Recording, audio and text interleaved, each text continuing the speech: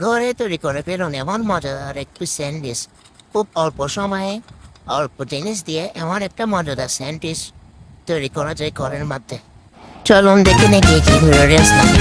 প্রথমে চিকেন দিবেন, চিকেন দেওয়ার পর হলুদ দিবেন অল্প করে, তারপর দিবেন তেজপাতা, তারপর গোটা মশলা দিবেন, তারপর হচ্ছে লবণ দিবেন, তারপর আদা রসুন বাটা দিবেন, হাত দিয়ে দিলাম। মাঙ্গারে হাত না লাগালে কি হয়, সব কিছুতে হাত লাগাতে হয়। তারপর সিদ্ধ হবে, সিদ্ধ হওয়ার পরে ওটাই দিবে আসতে পারে, তারপর আবার সিদ্ধ হতে দেবেন। এরপর চুলা থেকে নামিয়ে আলাদা একটা পাত্রে নিয়ে নেবেন।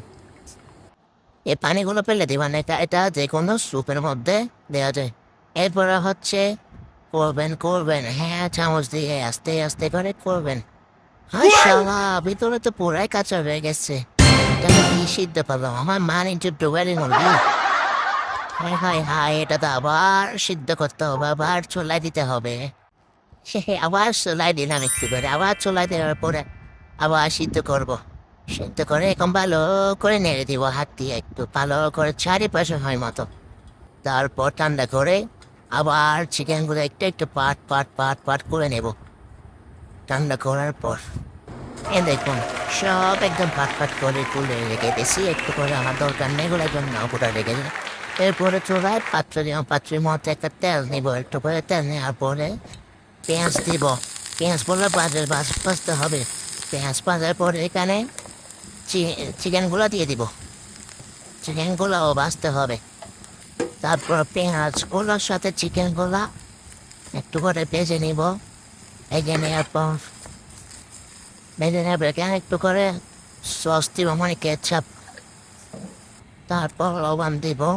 তারপর হওয়ার পর একটা ব্রেডের মধ্যে ওই কাউকে একটা সস করছিলাম, সসের সাথে মিক্স করে চিকেনগুলো এখানে পাউরুটির মধ্যে ভালো করে লাগাই দিব।